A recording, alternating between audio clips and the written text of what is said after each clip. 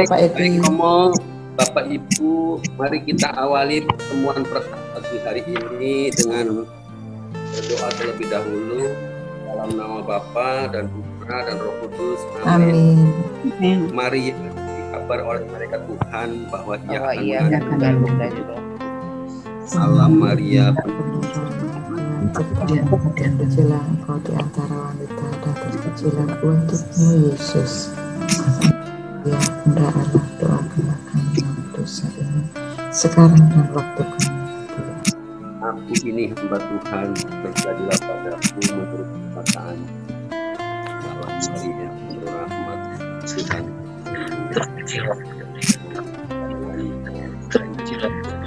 Yesus, Santa Maria, Bunda Allah, doakan kami yang berdosa ini sekarang dan waktu kami mati. Sabda sudah menjadi daging dan tinggal di antara kita. Salam Maria, penuh rahmat Tuhan sertamu. Pujilah Engkau di antara wanita dan terpujilah buah tubuhmu Yesus. Santa Maria, Bunda Allah, doakanlah kami yang berdosa ini sekarang dan waktu kami mati. Doakanlah kami, ya Santa Bunda Allah, supaya kami dapat menikmati janji Kristus. Marilah berdoa. Ya Allah, karena kabar malaikat kami mengetahui bahwa Yesus Kristus Putramu menjadi manusia. Curahkanlah rahmat-Mu ke dalam hati kami, supaya karena sengsara dan salibnya, kami dibawa kepada kebangkitan yang mulia, sebab Dialah Tuhan dan pengantara kita. Amin. Bapa yang maha baik dan maha kasih, kami bersyukur dan berterima kasih pagi hari ini kami boleh berkumpul bersama dengan rekan-rekan Perkat 20 yang nanti akan mendengarkan firman Tuhan yang akan disampaikan oleh Romo Gunawan. Kami juga mau bersyukur atas penyertaan Tuhan dalam istirahat kami semalam, sehingga kami saat ini bisa belajar dan bisa menikmati kehidupan yang baru. Pada kesempatan ini juga kami mau mendoakan saudara-saudara kami yang saat ini tengah dirawat di rumah sakit, khususnya untuk Pak Alek dan Ibu Yohana, supaya bisa dijamah Tuhan dan disembuhkan, supaya bisa kembali lagi ke keluarganya. Dan juga khusus untuk Ibu Yanti yang tengah berobat kemoterapi, kami mohon ya Tuhan, dampingilah Ibu Yanti supaya di dalam setiap pengobatannya selalu bekerja tangan-tangan yang dituntun oleh Tuhan Yesus sendiri, sehingga semuanya bisa berjalan dengan baik dan akhirnya bisa disembuhkan. Bapa di surga, terima kasih atas semua anugerah yang telah Engkau berikan bagi kami. Kami percaya sepenuhnya bahwa kehidupan ini sebagai orang percaya Engkau lindungi dan Engkau sertai di dalam kami menjalani kehidupan. Terima kasih Bapa. Amin. Dalam nama Bapa dan Putra dan Roh Kudus. Amin. Romo, monggo Romo. Selamat pagi, sugeng enjing sedaya. Hari ini tanggal 25 Januari, gereja merayakan Pesta Pertobatan Santo Paulus. Maka tanggal 25 ini banyak romo-romo yang merayakan ulang tahun tahbisannya, karena hampir semua lulusan Kendungan Jogja itu tahbisannya sekitar tanggal 25 Januari. Bapak Uskup kita tanggal 26 Januari karena waktu itu bukan hari biasa, tanggal 25-nya. Sehingga diundur satu hari menjadi tanggal 26. Tapi rata-rata tanggal 25 banyak lulusan Jogja, Seminari Tinggi Jogja itu tanggal 25 tahbisan. Karena apa? Karena Seminari Tinggi Kendungan itu pelindungnya adalah Santo Paulus. Maka di dalam Seminari Tinggi, di asrama atau di seminari itu ada sebuah patung cukup besar, patung Santo Paulus yang dipasang persis di depan kamar tamu atau di halaman atau di mana itu namanya, pokoknya di halaman depan, ya, tapi masih di dalam kompleks. Ya, Santo Paulus menjadi pribadi yang penuh inspirasi untuk sebuah pewartaan Injil, bahkan menjadi orang yang disebut Rasul Agung, karena dia mewartakan Injil tanpa kenal lelah kepada segala bangsa. Maka seringkali juga disebut Rasul segala bangsa. Nah, siapakah itu Santo Paulus? Dia sebelum mengenal Kristus dipakai nama Saulus. Ya. Karena Saulus itu ada hubungannya dengan Raja Saul. Ya. Raja Saul adalah raja pertama di Israel sebelum Raja Daud. Dia dipilih dari suku yang terkecil Saul itu. Suku yang terkecil dari 12 suku Israel, yaitu suku Benyamin. Maka kalau kita melihat negara kita Indonesia, kenapa bahasa Indonesia itu diambil dari suku Melayu, suku yang paling kecil di Indonesia, supaya semua tidak merasa iri, berantem ya. Maka suku Benyamin juga menjadi suku yang terkecil. Bahasa Indonesia diambil dari bahasa Melayu, ya, bahasa yang terkecil, bukan diambil dari bahasa Jawa yang besar, bukan diambil dari bahasa Batak atau bahasa Flores, tetapi bahasa yang terkecil dari Indonesia, yaitu bahasa Melayu. Sehingga semuanya bisa menerima bahasa Indonesia dan tumbuh berkembang sampai sekarang ini. Nah, begitu juga raja pertama, Raja Saul, itu adalah dari suku Benyamin, suku yang terkecil dari 12 suku. Kemudian, keturunan dari suku Benyamin itu adalah Saulus. Ya. Saulus yang kemudian setelah mengenal Kristus menjadi manusia baru, lalu memakai nama Paulus, ya, nama Yunani, nama Latin juga Paulus. Nah, Paulus adalah seorang pewarta yang luar biasa, tetapi dia tidak mengenal Yesus secara fisik. Paulus itu baru muncul sesudah Yesus wafat, bangkit, dan mulia. Jadi pertemuan Paulus dengan Tuhan Yesus itu bukan pertemuan Yesus secara manusiawi, tetapi Yesus yang mulia. Yesus yang sudah berada di surga, sudah naik ke surga. Perjumpaan itu ada di dalam perjalanan ketika Saulus waktu itu mau menganiaya orang Kristiani yang berada di Damsyik. Siapa Paulus itu? Saulus atau Paulus adalah orang yang lahir di Tarsus. Kalau kita melihat Tarsus, kota Tarsus sekarang ini, ada di sekitar Turki. Di atas Libanon, itu ada sebuah kota di Kilikia. Kalau kita lihat petanya, di sana ada kota Tarsus. Kota yang cukup terkenal kalau di dalam Perjanjian Lama, waktu zaman perang, itu beberapa panglima perang seperti anak buahnya Alexander Agung, segala itu sering kali lewat di Tarsus.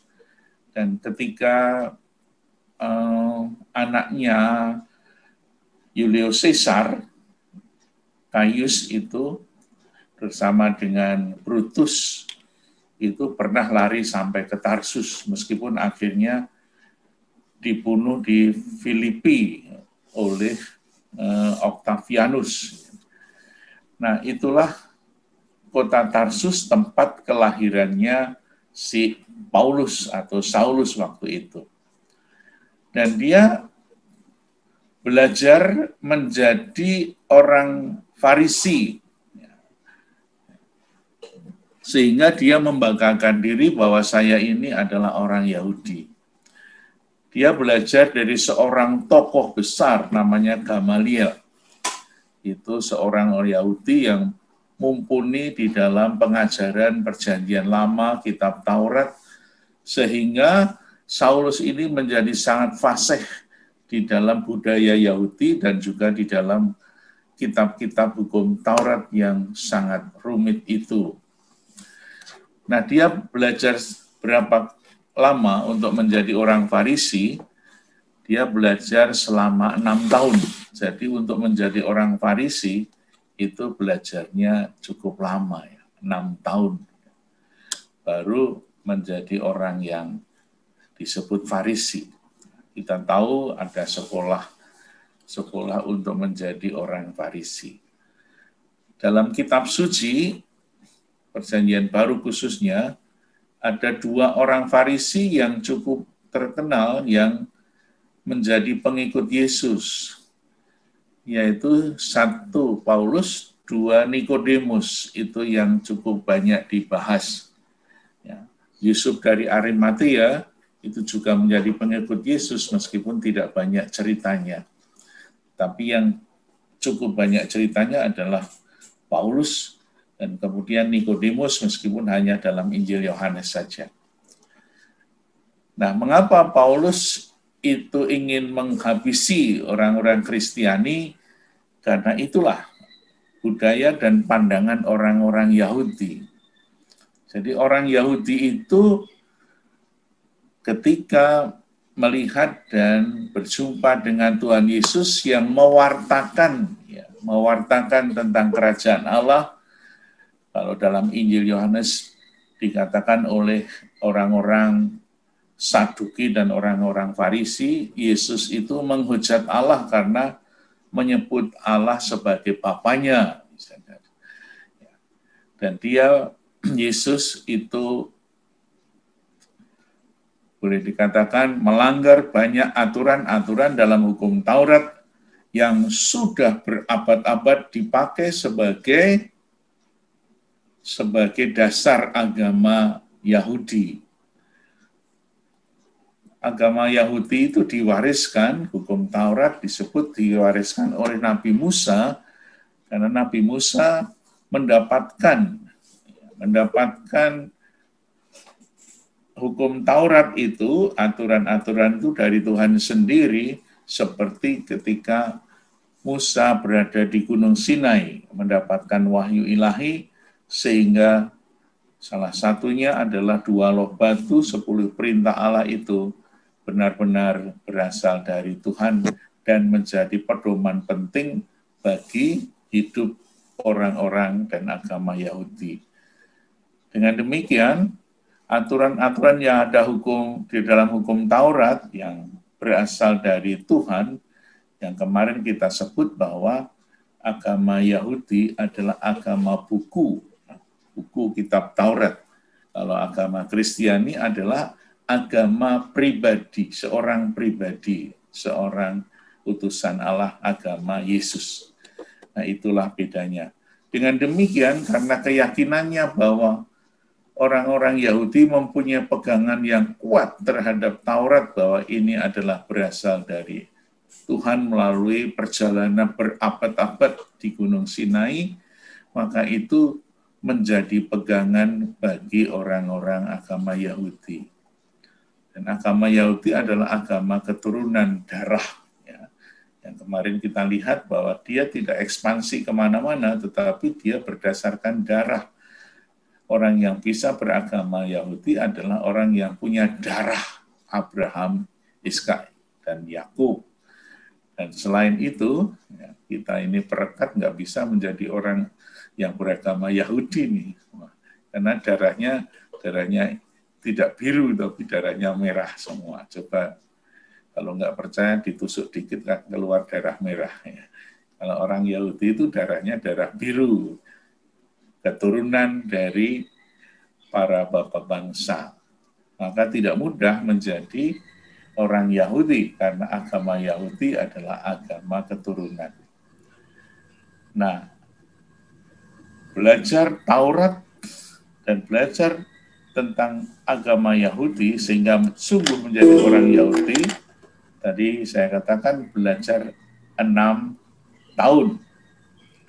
Dan pada saat Yesus muncul di depan orang-orang Israel atau orang Yahudi di Yerusalem, Yesus mengajarkan sesuatu yang baru. Meskipun di dalam Injil Matius dikatakan Yesus tidak pernah akan meniadakan hukum Taurat satu titik pun. Tapi Yesus menjadi pribadi yang menggenapi hukum Taurat. Maka dalam Injil Matius dikatakan Yesus adalah penggenapan dari hukum Taurat, dari Perjanjian Lama.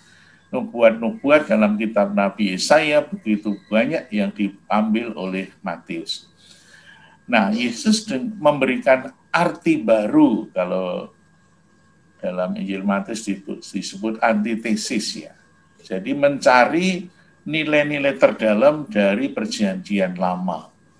Sehingga misalnya salah satu yang sangat vital di dalam hidup orang-orang Yahudi, orang-orang Israel adalah misalnya hari Sabat. Hari Sabat itu adalah hari yang suci, yang memang menjadi warisan dari Nabi Musa zaman dahulu. Sudah kelihatan dari kitab Kejadian. Ya, kitab Kejadian, kitab Keluaran, kita melihat begitu banyak aturan hukum Sabat, dan siapa yang melanggar hukum Sabat, itu hukumannya berat, bahkan sampai hukuman mati. Ya. Oleh karena itu, Yesus yang memberikan arti baru ya, tentang hari Sabat, itu berarti melanggar hukum Taurat dan bisa dihukum mati. Itu ada tertulis benar-benar di dalam kitab suci. Ya. Siapa melanggar Taurat akan dihukum mati. Dan Yesus bukan hanya melanggar, tetapi Yesus merubah artinya. Sehingga orang-orang ahli Taurat, para Farisi itu tidak pernah bisa menjawab ketika Yesus bertanya. Karena apa? Hari Sabat, hari Sabtu itu sungguh-sungguh menjadi hari libur, tidak boleh bekerja sama sekali. Dan itu masih berlaku sampai sekarang. Kalau Bapak Ibu ke Israel sekarang ini, kita masih melihat suasana itu. Hari Sabtu, Sabat itu toko-toko di Israel itu tutup, toko-tokonya orang Yahudi. Kalau Jumat itu toko-tokonya umat Islam tutup. Kalau Minggu tokonya orang Kristen tutup. Jadi 3 hari libur di sana. Nah, hari Sabat menjadi hari yang suci, hari yang penting. Diharapkan seperti kalau kita di Bali pada waktu Nyepi. Itulah yang terjadi. Kita masih ingat bagaimana orang-orang Israel ketika hari Sabtu itu tidak boleh perang. Ada satu kisah di mana orang-orang musuhnya itu menyerang Israel pada hari Sabtu dan mereka tidak boleh mengangkat senjata. Jadi ya diam saja, sehingga banyak kekalahan justru pada hari Sabat. Waktu itu Presiden Israel pernah pergi ke Mesir, dia tidak mau naik mobil, harus jalan kaki karena hari Sabat. Sehingga Sabat menjadi aturan yang sangat ketat sampai sekarang. Kalau kita berada di hotel pada hari Sabat, kita masih ingat lift itu ada 2. Satu lift hari Sabat, satu lift yang untuk orang-orang kafir. Ya.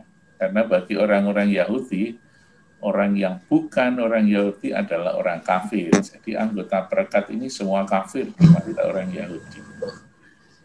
Sehingga liftnya itu kalau yang untuk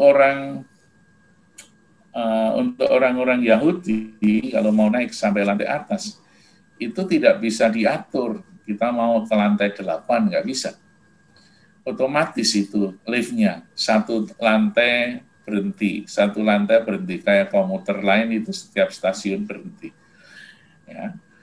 Sehingga apa? Sehingga kita tidak boleh bekerja, tidak boleh mencet tombol lift juga.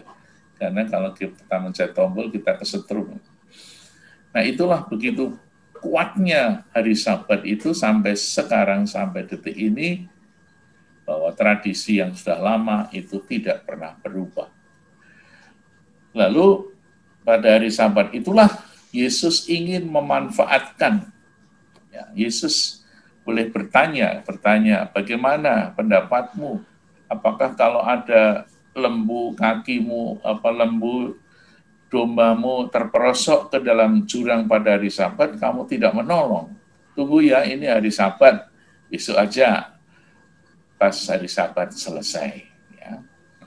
Oleh karena itu, ketika Yesus wafat di kayu salib, itu sudah mau hari Sabat. Hari Sabat mulai dari hari Jumat sore sampai Minggu pagi. Ya. Maka dikatakan Yesus bangkit pada hari ketiga.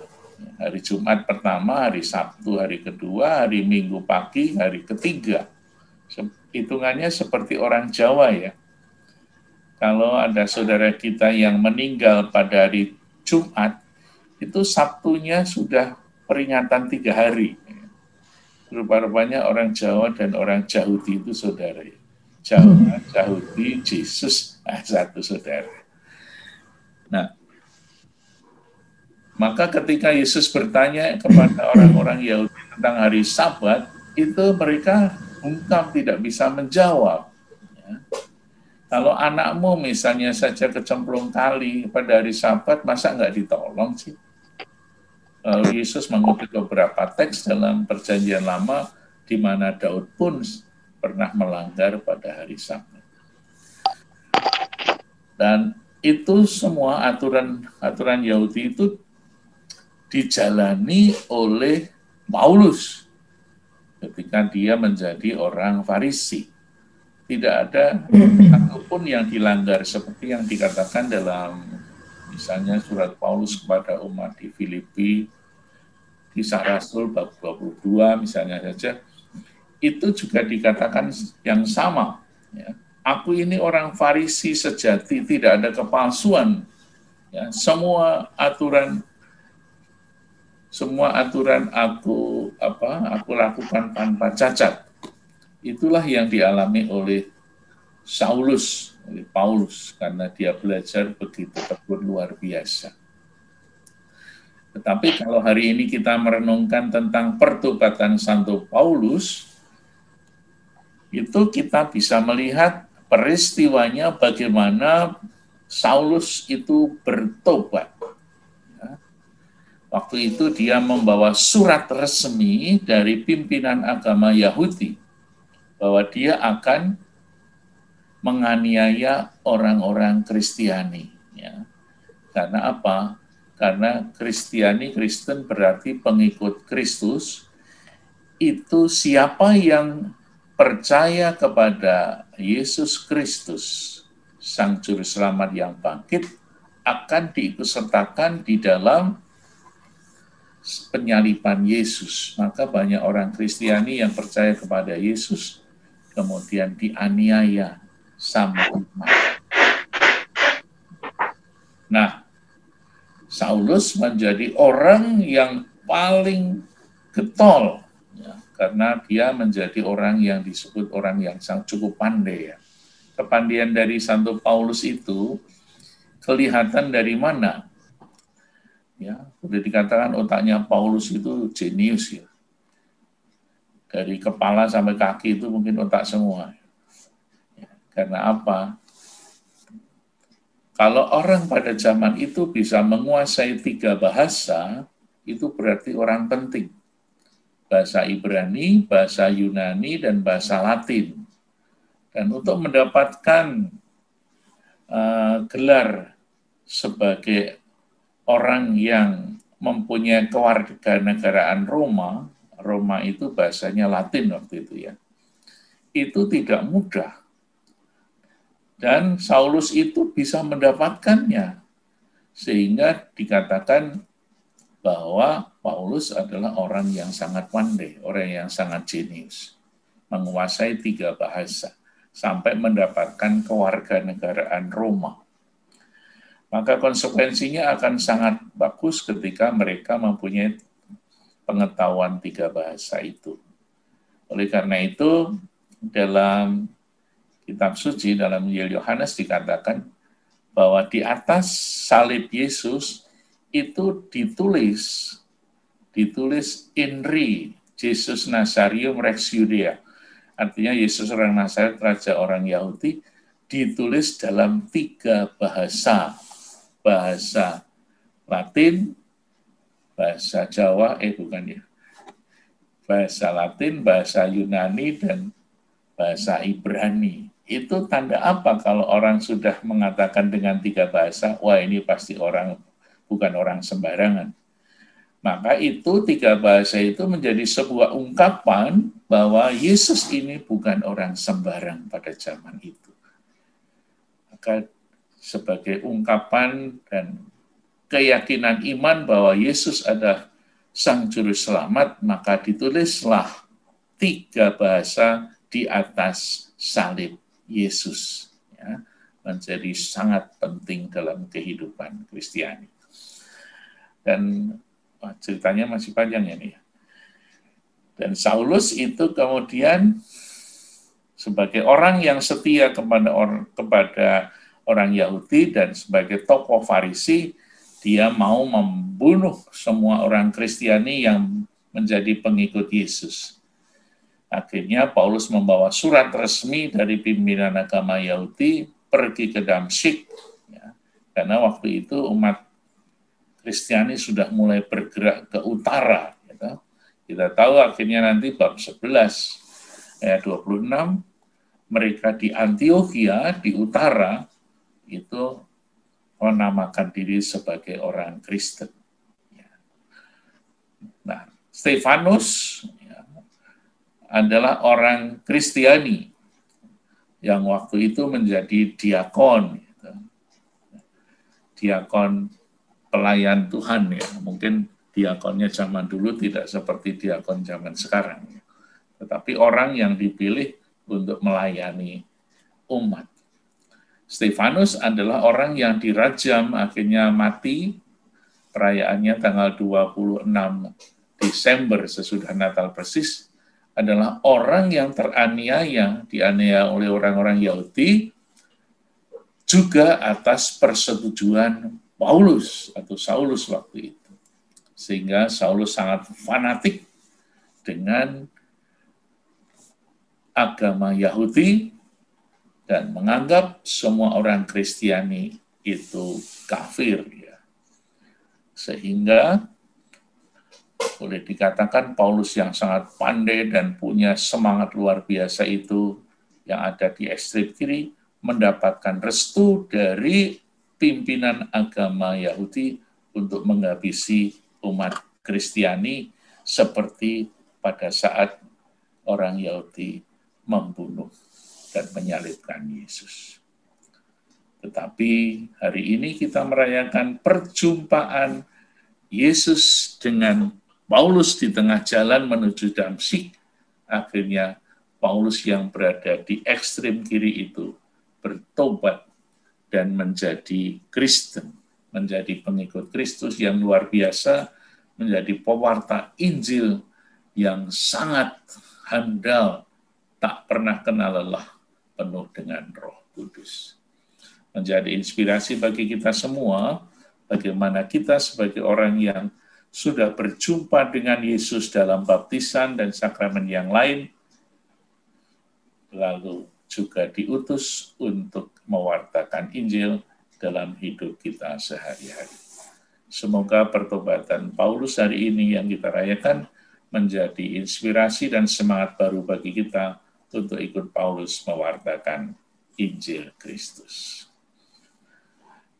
Selamat berjuang untuk pewartaan Injil dimanapun kita berada. Tuhan memberkati. Amin. Terima kasih Romo. Terima kasih Romo. Makasih Romo.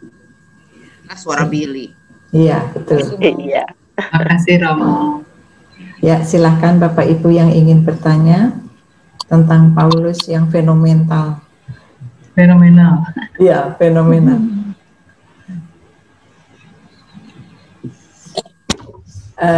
Saya bertanya tentang Paulus. Kalau orang Yahudi itu tuh kesannya tuh memusuhi Yesus. Itu tadi sudah dijelaskan oleh Romo panjang lebar. Nah, pertanyaan saya, bagaimana orang-orang Yahudi terhadap ajaran-ajaran saudara kita yang Muslim? Apakah sefanatik itu atau bagaimana? Karena kalau saya lihat, itu justru orang Muslimnya yang memusuhi orang Yahudi. Gimana, Mo?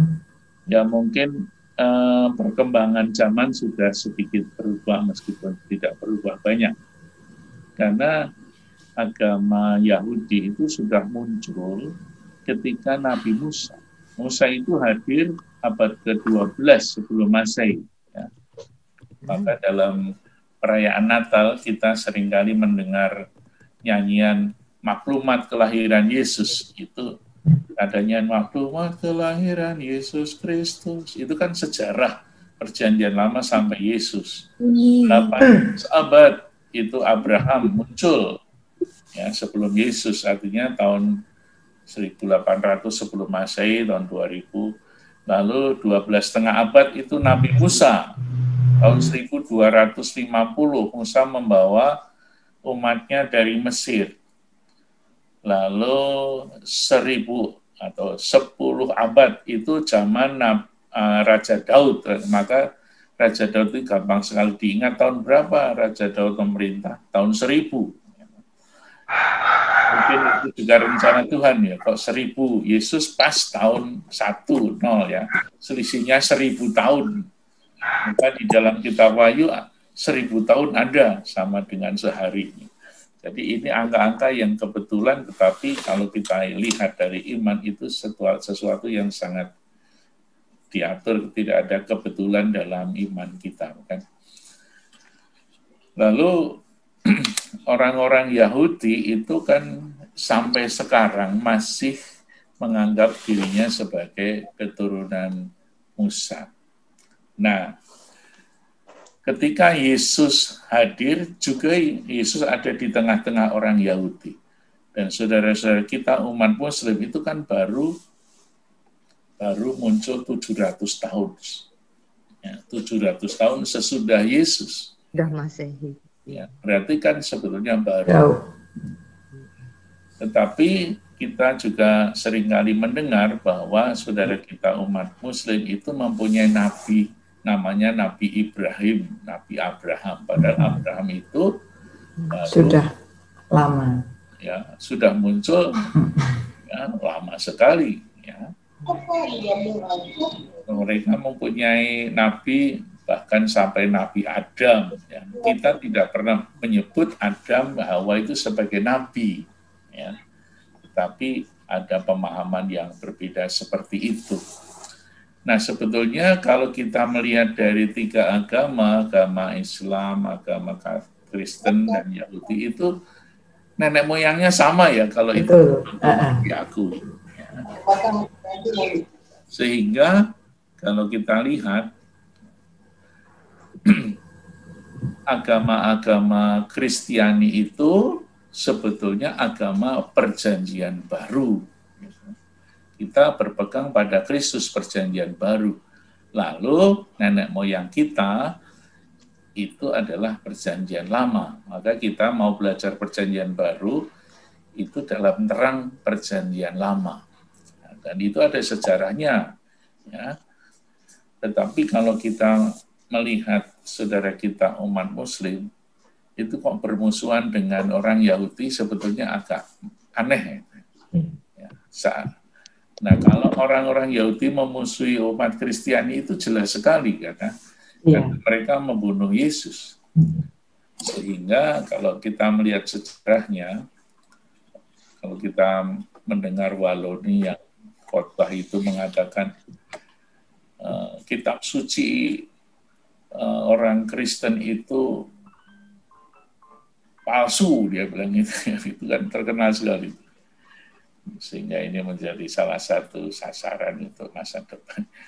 Ya, artinya palsu itu apa? Karena memang ada satu perubahan yang luar biasa dalam diri Paulus, bahkan dikatakan Paulus itu memalsukan Injil.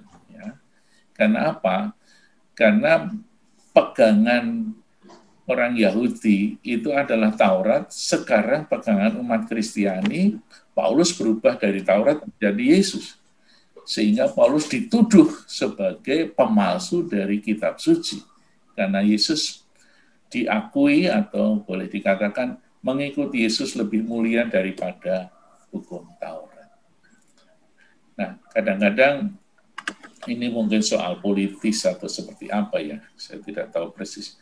Tetapi umat Kristiani yang mempunyai Yesus sebagai pembaharu di dalam perjanjian lama, mengartikan perjanjian lama secara detail, intinya apa, itu menjadi sebuah pembaharuan bagi umat Kristiani, sehingga orang-orang Yahudi itu, kalau yang fanatik betul ya, itu tetap memusuhi umat yang menjadi pengikut Kristus. Ya.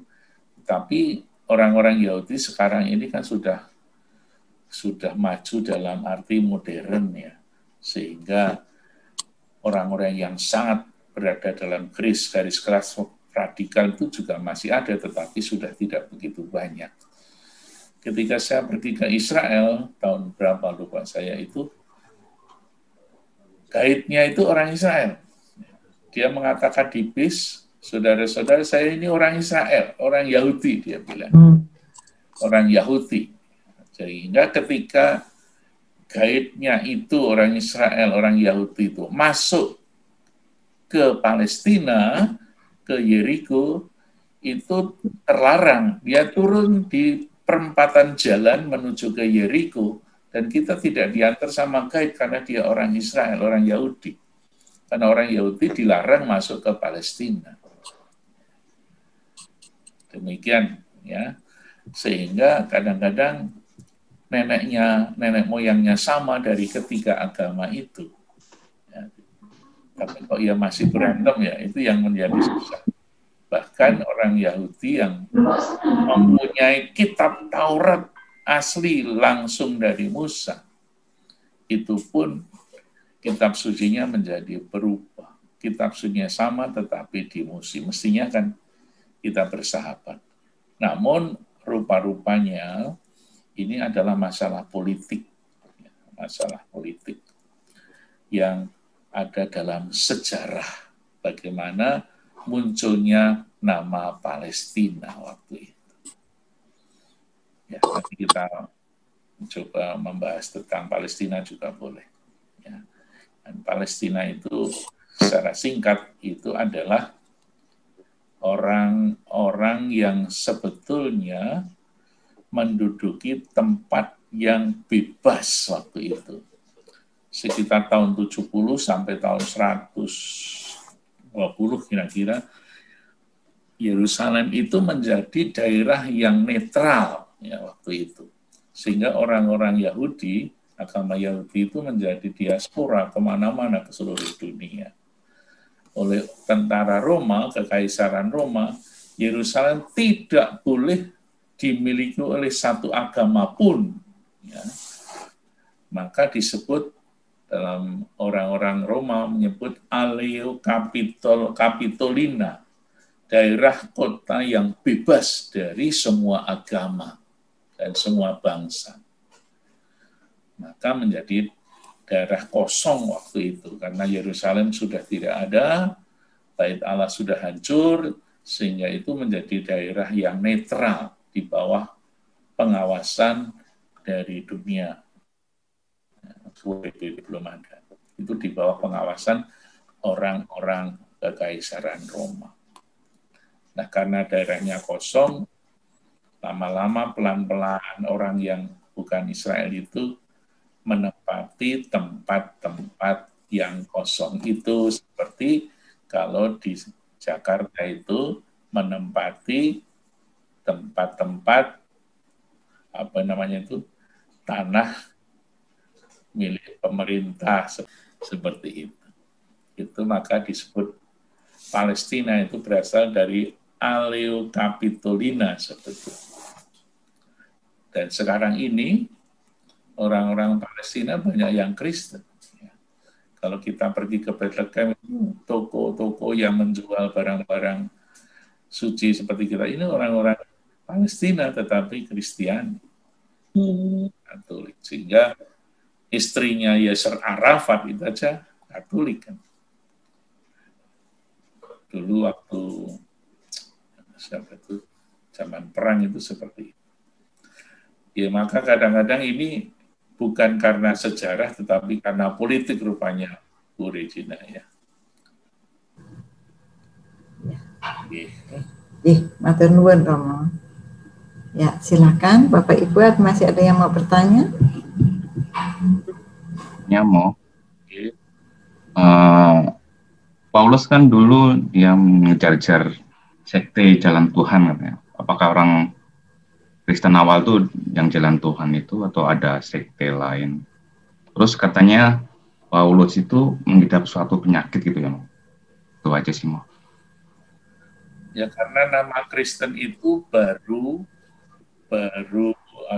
muncul pada Kisah Rasul bab 11. Perdana, ya. Maka sebelum mereka mempunyai nama, mereka hanya disebut sebagai jalan Tuhan. Jadi jalan Tuhan itu adalah orang-orang yang mengikuti Tuhan Yesus sebagai orang yang kemudian sesudah itu disebut Kristiani. Maka kata Kristen itu muncul sesudah Paulus bertobat. Ya. Kalau Paulus bertobat itu bisa kita baca di dalam Kisah Rasul bab 9. Lalu kata Kristen itu baru mulai ditulis bab 11 ayat 26. Untuk pertama kalinya di Antiokhia lah mereka disebut Kristen.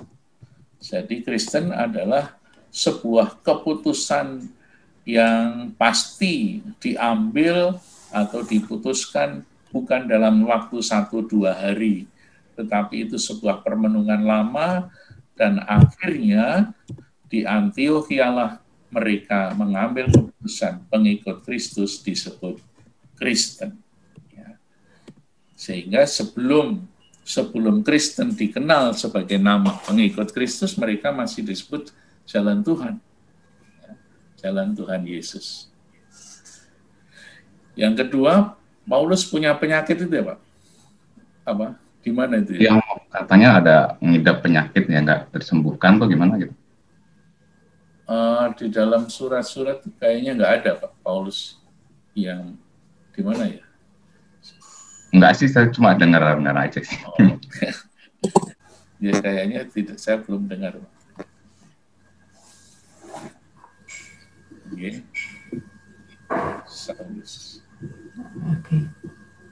Romo, saya mau tanya, waktu Paulus kan langsung, Saulus kan dapat penglihatan yang terang itu, terus matanya kan jadi buta ya. Terus dia kan pergi ke rumah Ananias, dituntun sama teman-temannya. Nah, itu pasukannya itu kan, saya bayangin pasukannya kan kocar-kacir ya. Itu siapa yang mimpin? Terus setelah Saulus bertobat itu, apakah pengikut-pengikutnya yang dulu itu masih ngejar-ngejar orang Kristen, Romo? Itu aja. Iya, bahkan Paulus sendiri dikejar-kejar akhirnya, Bu.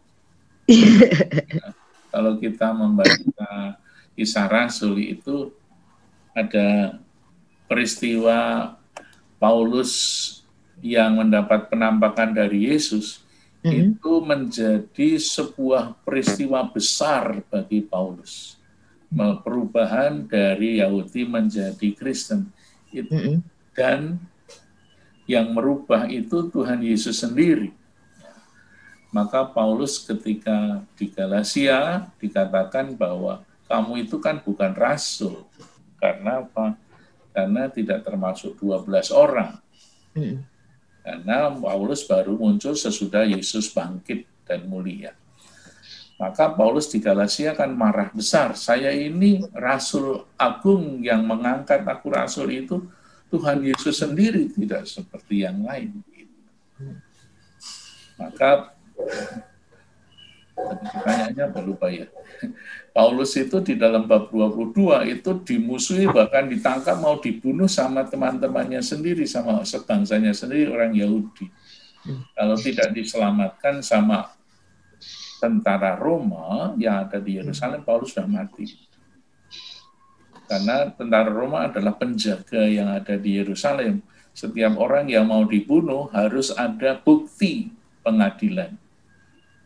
Maka orang Roma sebagai orang yang bertanggung jawab di Yerusalem itu menyelamatkan Paulus. Ini tidak bisa terjadi. Ini HAM dalam zaman sekarang ya.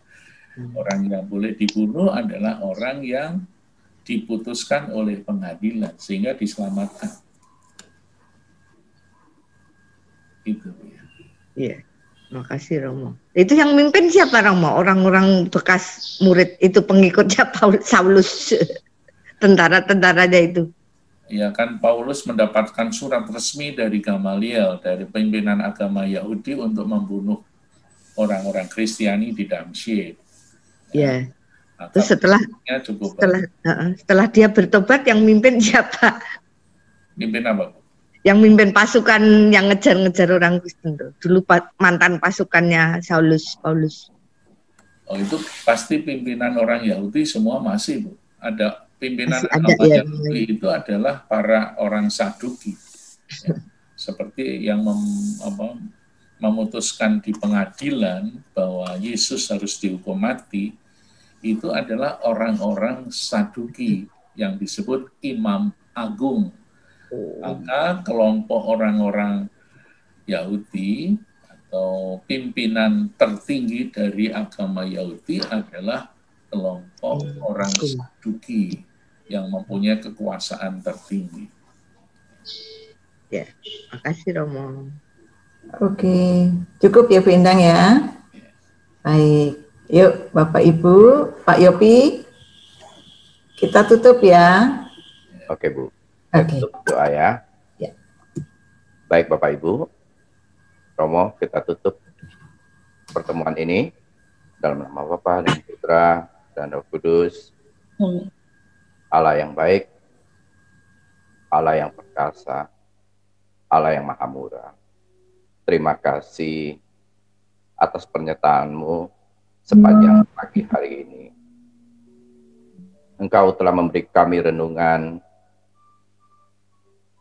lewat Romo kami, agar iman kami bertumbuh, dipertebal, diberi pengetahuan yang lebih baik.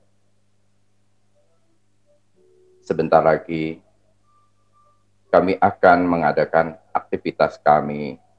Berkatilah kami Tuhan, berkatilah kami Bapa, agar aktivitas kami hari ini, pekerjaan kami, usaha kami, pelayanan kami, Engkau tuntun, biar bermanfaat bagi keluarga kami, bagi orang-orang di sekitar kami, juga bagi Engkau.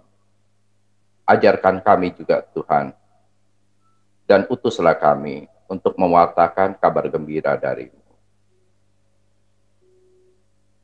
Kami mohon berkat dari Romo kami.